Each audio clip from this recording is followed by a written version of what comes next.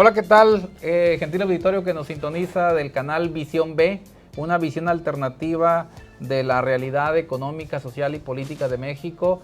El día de hoy vamos a grabar otro video para nuestro canal y nos encontramos con sus amigos, ya nos conocemos, hemos grabado varios videos. Me acompaña Rogelio Sandoval, José María Robles y Alberto Medina, y un servidor, Luis Armando Becerra, director del canal. El día de hoy queremos grabar un video sobre un acontecimiento muy reciente. El pasado 5 de febrero, el presidente de la República, Andrés Manuel López Obrador, envió 20 reformas a la Cámara de Diputados. Y bueno, vamos a abordar vamos a generar alguna opinión al respecto, y en la segunda parte del video vamos a tratar de la entrevista de Vladimir Putin concedida a un reconocido periodista global que es Tucker Carlson. Entonces empezamos con la primera. Al respecto, para abrir boca y empezar con los comentarios, quiero decirles que el presidente envió 20 reformas a la Cámara de Diputados el día 5 de febrero, ya anunciadas por él, ya había dicho que iba a mandar. De hecho, muchas de ellas o varias de ellas las había comentado en qué consistían. Y de esas 20, 18 implican reformas constitucional y 2 implica reforma a leyes secundarias. La reforma que implica reformar la Constitución ocupa mayoría calificada. Para las otras 2 no ocupa mayoría calificada. Entonces, pues eso es lo que hay, eso fue lo que ya las lanzó y es lo que está ahorita en la agenda de la discusión política y electoral, hay que decirlo, en nuestro país. Entonces, pues van para empezar, ¿qué piensan ustedes? Vamos, no sé quién quiere empezar acerca de la reforma. Adelante, Alberto. Pues bueno, ya como le mencionó usted, pues el presidente López Obrador envía su último paquete de reformas de su sexenio al Congreso de la Unión. Son 20 reformas, pero hay que tomar en cuenta que son 2 las más polémicas, las otras 18 pues son reformas de que el acceso a la vivienda, el reconocimiento a la naturaleza, el cuidar a los animales, pero hay 2 muy importantes desde mi punto de vista y que van a dar mucho de qué hablar, que son la reforma en materia electoral y la de pensiones. Laboral, sí, pensiones. Pues yo creo que el presidente de la República está muy consciente que este par de reformas no va a proceder, principalmente la electoral, porque toca fibras muy sensibles. Es decir, el Instituto Nacional Electoral es un instituto que se ha visto muy blindado por parte de no solo los partidos políticos de oposición, sino también de instituciones, organizaciones civiles. Por lo tanto, va a ser muy complicado que pueda juntar los votos dentro del Congreso de la Unión para que esta reforma pase constitucionalmente. En lo personal... No, es que está bien que termine la para... No, sí, en lo personal yo considero que la electoral no debería proceder porque pues plantea una modificación del instituto que ha venido trabajando muy bien, plantea la elección de los ministros de la Suprema Corte por elección popular, lo cual genera una pequeña contradicción de la política de austeridad del presidente, ¿no? Porque él lo que busca es reducir el Estado, pero si quiere hacer que los ministros sean de elección popular, pues esto implicaría un gasto más grande para el mismo instituto. Bueno, entonces quiere decir que hay reformas polémicas como esa que estás comentando, Alberto, y pues habrá algunas otras que no son tan polémicas o que se ven que pueden ser más plausibles que pasen. ¿Qué piensas al respecto, José María? Pues, comentario, primero que nada, me parece que se deja ver por parte del presidente un reconocimiento claro de cuáles son las dolencias del pueblo o cuáles son los puntos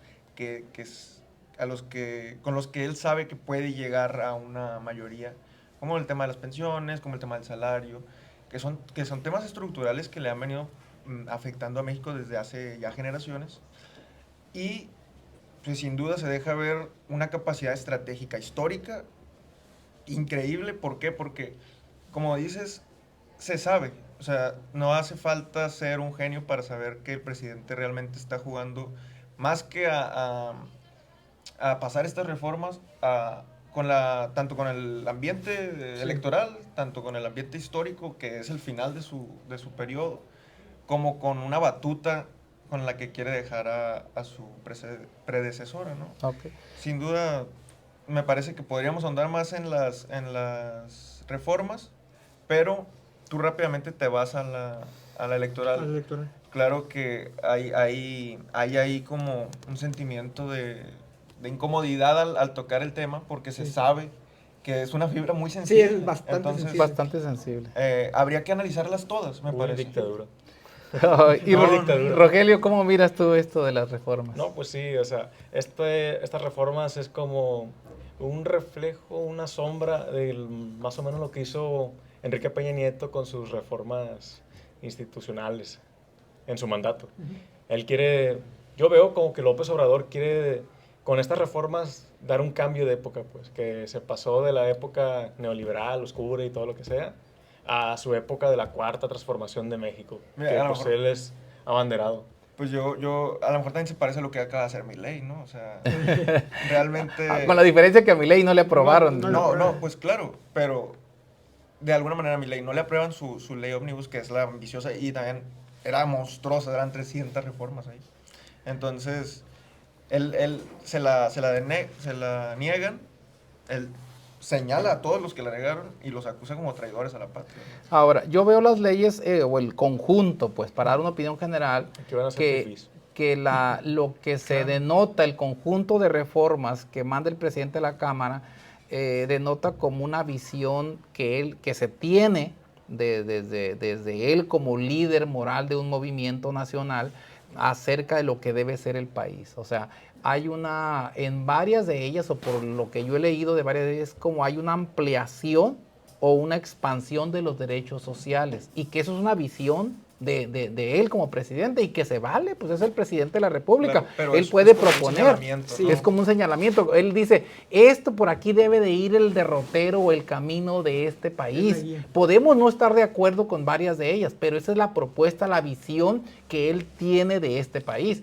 Y ahora, ya si me preguntaran específicamente qué pienso yo de las reformas, yo pensaría que algunas reformas, dado que ya fueron rechazadas, van a volver a ser rechazadas. Y concretamente me quiero referir a 4 que seguramente van a ser rechazadas porque no se tiene mayoría calificada y no creo que el bloque opositor vaya a darle el voto para que pasen.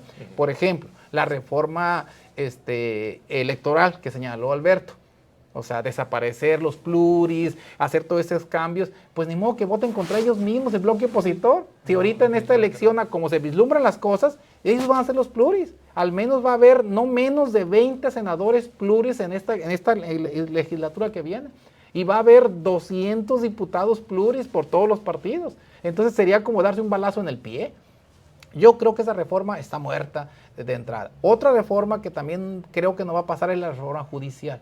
Esa donde hay que elegir a los jueces por votación, etcétera. Esa reforma yo la veo, al menos en esta coyuntura, muy complicada de que pase. Entonces sería una segunda que no pasaría. Tercera, la de que pretende desaparecer los organismos autónomos como la COFESE, el INAI, son muy sensibles y prácticamente ahí ya casi todos los líderes, los partidos opositores han dicho que no van a votar a favor. Entonces creo que tampoco esa pasará. Hay una cuarta reforma o iniciativa que tiene que ver con pasar la Guardia Nacional a la Sedena. Esa también es controversial, porque en un momento dado el PRI en el pasado sí dio su apoyo a AMLO para que, digamos, extenderle que legalmente la Sedena hiciera labores de seguridad pública. Entonces no sé si en este caso vaya finalmente a estar a favor, pero yo también la veo controversial. Esas 4, ¿sí? Electoral, judicial, los organismos autónomos y la Guardia Nacional, yo las veo complicadas. El resto de reformas, ¿sí? Creo yo que es más posible que sí avancen, porque hay unas hasta muy lógicas. Por ejemplo, mandó una de las otras es, por ejemplo, prohibir los vapeadores. Sí. Oye, ¿qué partido se va a oponer a quitar, que se le quite las drogas si ya está demostrado científicamente que eso provoca y daña los pulmones de las personas? Pues yo creo que ni el PRI, ni el PAN, ni Movimiento Ciudadano deberían de oponerse a esa reforma. O otra reforma, por ejemplo, el que quede en la Constitución que el salario nunca más debe de aumentar por debajo de lo que aumenta la inflación. Claro. No, Porque Pues, no, entonces yo es creo que Es tampoco. atentar contra el Que- bienestar. Así Que es. saldría en los periódicos. Así PRI y es. PAN no, No aprueban no de quieren que la suba gente el gane. salario. Entonces, Ajá. por ese tipo. La otra que tiene que ver con la vivienda es un controversial, pero pudiera ser una expansión de demanda social. Otra más podría ser la de pensiones. Es un artero crimen que se comete a los jóvenes, así como ustedes, que ahorita, si no se reforma esa ley, ustedes en 30 años se van a estar jubilando con el 20% de su salario, de su último salario. Y eso obviamente no alcanza para vivir. Entonces, esta reforma lo que está planteando, la de pensiones, es que te pensiones con tu último salario, ¿sí? Y si ese salario, digamos, poniendo como un límite en 16,777 pesos, quiere decir que si alguien se jubilara con si esta reforma pasa así y quedara, cuando tú te jubiles, si ganas más de esa cantidad, te puedes jubilar mínimamente con 16,777 pesos. Claro. Entonces, pues ya ese es como un colchón límite inferior, es un precio mínimo, pues. Entonces, eso creo que es positivo. Ahora, esa cantidad se va a ir actualizando cada año con la inflación el día 1 de enero. O sea, no que cuando tú te jubiles en 30 años vas a tener 16,000, no, es lo que corresponde en términos reales. Entonces, quiere decir que eso es positivo. Entonces, yo pienso que ese tipo de reformas van a avanzar y se van a modificar seguramente, pues obviamente que se discuta, pero van a avanzar. Entonces, esa es mi opinión general de las reformas, que algunas, repito, pueden ser muy controversiales, pero qué bueno que el presidente, aunque sea en esta coyuntura electoral, haya lanzado las reformas y que se discutan, porque realmente ocupamos en este país discutir las reformas de gran calado y las reformas que traigan beneficios sociales a toda la Sí, población. por más ambiciosos o imposibles que parezcan, se tienen que poner en la mesa, pues, y es lo que está haciendo el presidente. Al final de la cuenta, los líderes, los buenos líderes, no hacen el trabajo, sino apuntan hacia dónde tenemos que ir, y eso me parece, si bien Pero- puede ser una estrategia electoral, Sí, no es deja una de estrategia ser... electoral. Claro. Pero bien, o sea, muchas de estas reformas necesitan otro tipo de políticas para apuntalarlas, pues, y Definitivamente. sustentarlas en el tiempo.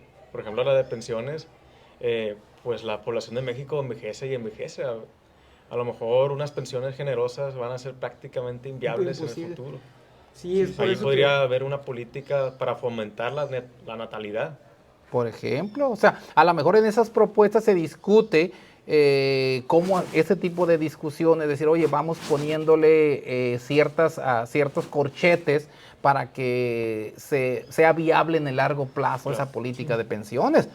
Por ejemplo, se ha discutido y se ha criticado que el fondo que propone la reforma de 64,000 millones de pesos es insuficiente. Pues sí, pero ya hay una entrada, un capital semilla. Échenle, ¿dónde más le echamos para que los jóvenes, cuando lleguen a la edad de retirarse, ustedes, por ejemplo, cuando lleguen a la edad de 60 años o 65, tengan un retiro Claro, justo, un retiro decoroso? Porque además cuando uno llega a la edad mayor o adulto, los gastos se incrementan, la medicina es más cara, el alimento es más caro Y porque habría ya que ver consumes si- alimentos especiales, Si nosotros etcétera. alcanzamos siquiera a tener vivienda digna. Entonces es No, digna, complicado. tener vivienda, nada Tener más. vivienda, sí. Entonces lo que sí es cierto es que lo que evidencia la realidad es que la reforma que se hizo con Zedillo en el 1997 de la Ley del Seguro Social, que nos llevó a todo lo de las afores ahorita, es una calamidad. O sea, yo no concibo que mi hijo se vaya a jubilar ahorita con el 20% de su salario. O sea, yo no, porque yo me voy a pensionar con la ley del 73, porque yo empecé a cotizar al seguro desde antes del 97. O sea, me agarra la ley vieja, por decirlo así. Pero a ustedes les va a agarrar la ley nueva. Y si no se reforma, así como estamos van a seguir condenados a vivir una adultez o una vejez muy complicada, muy precaria. Y eso creo que es injusto para un país, para todo ciudadano, pero pues estamos hablando de México, ¿no? No, sí. Bueno, no sé si quieren abonar algo más, si no por los tiempos pasamos a la segunda Me temática. parece que sería bueno pasar. Entonces, que tiene que ver con la entrevista. Adelante, José María. Pues sí, nada más poner sobre la mesa que Putin, pues, presidente de la Rusia que fue exonerada por todo Occidente, le otorgó una entrevista a Tucker Carlson. Para que conozcan un poquito a Tucker Carlson, él era un periodista que trabajaba para Fox, de tintes republicanos. Conservador. Trumpistas. Sí, y entonces le otorgó una entrevista a Milei recientemente. Ahora se volvió tendencia en redes sociales porque logró una entrevista con Putin Kremlin. en el Kremlin. Entonces, pues realmente se tocaron temas de mucha importancia viniendo de un presidente, porque todas estas especulaciones que se tocaron aquí venían sonando, como la explosión del Nord Stream, como el porqué del comienzo de la guerra, y me parece que sería bueno tocar el tema para pues entender qué está pasando. Ayer justo se hablaba de que Estados Unidos podría entrar en una emergencia nacional porque no se sabe todavía, pero lo que se dice es que Rusia podría tener la tecnología ya de poder tener armas nucleares en el espacio. ¿Por qué es trascendente esa entrevista, Rogelio? Porque Tucker Carlson es un periodista occidental por su origen americano y nos da un ejemplo de cómo un periodista puede contradecir pues a la corriente periodística que se mantiene en Occidente, pues de no querer escuchar a la parte de Rusia y el total apoyo que tienen volcados Ucrania, pues. Tanto es así que la Unión Europea pensaba imponerle sanciones a Tucker Carlson. Y esto nos da también, o sea, nos deja ver cómo hay cómo no existe realmente un periodismo libre, pues, en Occidente y en los grandes medios, pues, cómo todos están controlados por la visión que quiere que mantengan, en este caso, la Unión Europea y Estados Unidos sobre el conflicto, pues. Totalmente los periodistas occidentales están volcados a apoyar a Ucrania, y el que apoya o por lo menos quiere escuchar la parte rusa del relato, pues ya es tildado de pro-Putin, de pro-ruso, inclusive terrorista, traidor. Ay, es que cómo es que entrevistas a Putin, que está lanzando una brutal invasión de Ucrania. Pero pues en la guerra no solo se disparan por un solo lado, o sea, por los dos lados hay muerte y destrucción, así que pues hay que verlo con más aristas, pues con las dos perspectivas para tener una visión más clara sobre qué. ¿Cuál es tu opinión, Alberto, al respecto? Pues es un logro muy importante para el presidente Putin, porque históricamente, o desde que Putin es presidente, se cree que Rusia, a pesar de que es muy influyente en el mundo, de que todo el mundo habla de Putin, pero a nivel de medios se le ve como una nación muy aislada. Entonces, el que haya conseguido esta entrevista y que Tucker Carlson le esté dando tanta difusión, porque le está dando bastante difusión, ya es una de las entrevistas más vistas en YouTube, pues es bastante importante, un logro para el régimen de Putin, una derrota para Occidente, para el capitalismo moderno, para las instituciones como la Unión Europea, porque se han empeñado en los últimos 30, 25 años en generar una imagen negativa de Rusia, pese a que ya es un país capitalista que se alineó con esta doctrina económica. Él lo comenta en la entrevista, le dice, yo me acerqué con varios presidentes estadounidenses y para ver si podíamos entrar a la OTAN. Sí. La respuesta fue un contundente no, o sea, ellos nunca nos quisieron ahí. ¿Por qué? Porque el alegato de Putin es que la guerra mediática necesita un enemigo. Sí, claro. Es la famosa. O sea, sin enemigos no hay guerra, pues. Claro. O sea, ¿contra quién peleas? Ahora, en ese contexto, Rogelio, ¿cómo ves tú las declaraciones recientes de Donald Trump al respecto, ya sea apoyando a Putin, o qué pasaría si Donald Trump llega a la presidencia de Estados Unidos? ¿Qué pasaría en ese contexto? ¿Cuál es tu opinión? Se cortarían bastante las ayudas a Ucrania, sobre todo.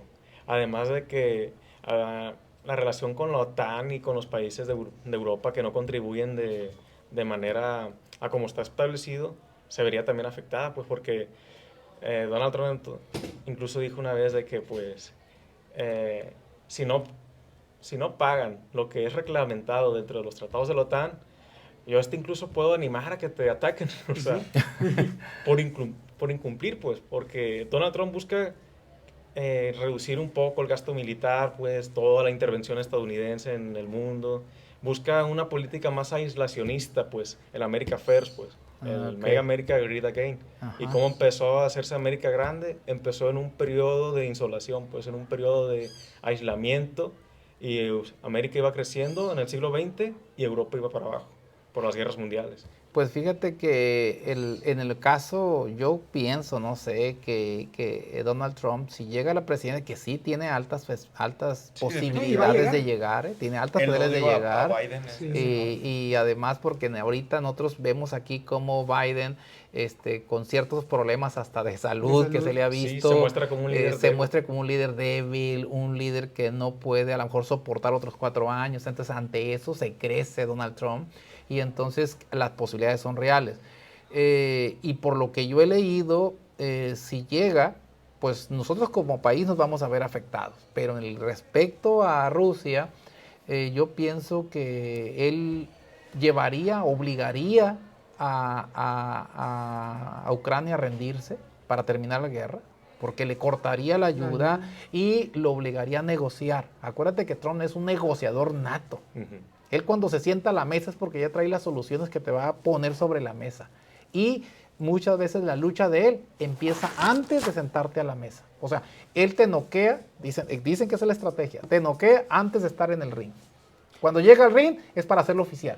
No, pues cuando era presidente de Estados Unidos, ya ven que le comunicó al presidente Peña Nieto que si no negociaba el Tratado de Libre Comercio, le dijo, está bien, pero mañana te aparece una arancel al acero del 50%. O sea, ya ahí, estaba noqueado. sí. O sea, eso es lo que se refieren, a eso hablan los estrategas. O sea, Claro. Y lo yo mismo- lo mismo con AMLO. te noqueo antes, hago negocio contigo y ese día nomás te lo oficializo. Y hasta te puedo poner ultimátums. O sea, decir, bueno, es un negociador. Podemos juzgarlo de muchas cosas a Donald Trump, de racista, clasista, etcétera. Pero de que sea mal negociador, no. No es. No pues lo el es primer buen presidente negociador. americano que estuvo en Corea del Norte. Entonces, Sí. si llegase a la presidencia, obviamente México tendría ciertos problemas, nos va a agarrar como piñata, sobre todo en la campaña. Nos va a agarrar como piñata de... Entonces, Claro. eso va a generar problemas. Ahora, respecto acá con la guerra de Rusia y Ucrania, pues yo pensaría que presionaría para terminarla, obligaría inclusive en un escenario al presidente de Ucrania a renunciar y poner uno que sí permita terminar ese conflicto. Y además, yo pensaría que obligaría a que el resto de países que no pagan su cuota por estar en la OTAN los expulsaría o les pondría un ultimátum. Porque acordemos que la OTAN es una organización, el Atlántico Norte. Los que están dentro es como un club. Paga tus cuotas. Es más, creo que es el 2% del PIB Del PIB. de cada miembro. ¿Y sabes qué porcentaje pone Estados Unidos? Pone el 4%. Ujú. Y Y- otros que el 1. y otros el 1 y otros 0. Muy a fuerza. Entonces él dice, bueno, ¿por qué Estados Unidos va a poner el 4% de su PIB para esta organización? Y unos ponen ni siquiera el 2, ponen el 1 y otros ponen 0. O sea, pues no, todos le ponemos en la mesa y entonces respondemos igual. Entonces esa estrategia no está tan descabellada que la vaya a implementar. Entonces creo yo que va a haber ciertos problemas y va a haber una reconfiguración de fuerzas políticas o geopolíticas a partir del próximo año. Sí, sin duda, me parece que la alternativa, que sería una guerra mundial, pues es peor, ¿no? Es O sea, peor, es peor. Bueno, ya nos colgamos mucho de tiempo, entonces nos extendimos, le agradecemos, gentil auditorio, por soportar todos estos minutos. Somos sus amigos del canal Visión B, una visión alternativa.